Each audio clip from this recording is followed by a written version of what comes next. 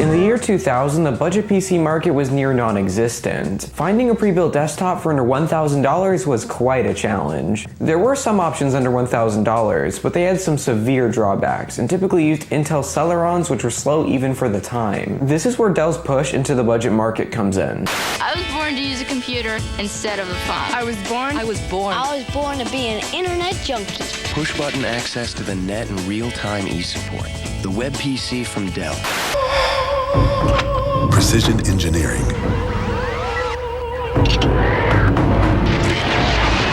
Performance that nails you to your seat. But enough about the high-performance computers Dell built for Ford. What can we build yours to do?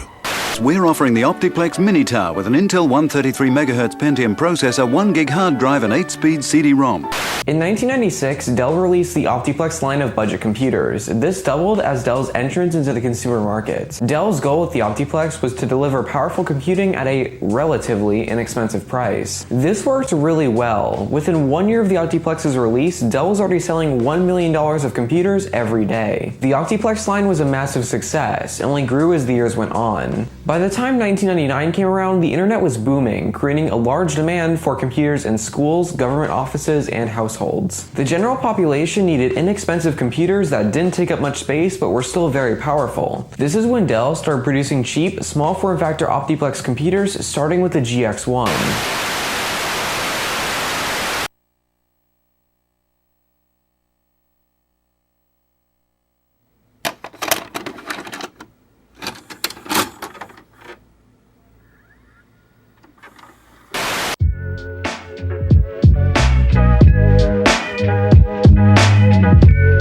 This is the Dell GX110. Released in August of 1999, it was a continuation of the GX1 and GX100. It featured a 600MHz Pentium 3, 64MB of RAM, an 8GB hard drive, and Intel 3D integrated graphics with 4MB of display cache soldered onto the motherboard. If you were anything but a gamer, these specs were plenty, and if you were a gamer, you would just buy the configuration featuring an Nvidia TNT2. This Dell OptiPlex is the model without the TNT2, so we're stuck with 1999 integrated graphics, which is worse than you would expect. The integrated graphics in this Dell rely on the Intel 810 chipset. Originally released in 1999, the Intel 810 chipset was about as low-end as you could get. It was developed for cheap Intel Celeron desktops, so it was foolishly used for mid-range computers as well. It features a 230MHz core clock, 2 pixel pipelines, and full DirectX 6.0 support. Yeah, it's clear this was very much designed for budget pre-builts. These integrated graphics were considered to be horrible even for the time. Magazines use words like tragedy to describe this graphics chipset, which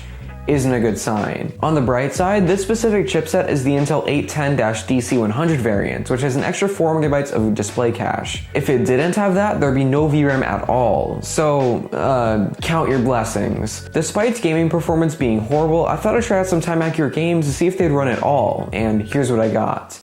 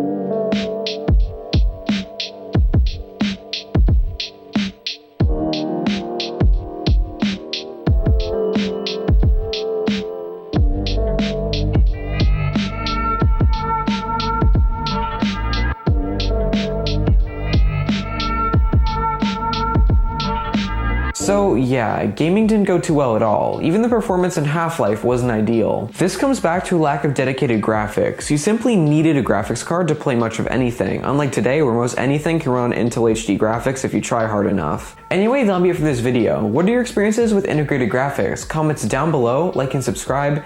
Thank you guys so much for watching. I'll see you in the next video. Bye.